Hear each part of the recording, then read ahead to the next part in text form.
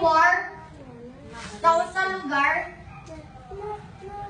ang mga inahan, nar sila sa evacuation center or lugar. Dahil ng mga bata na 12 years old below, suguon nila makitag pagkaon while nag-war pa.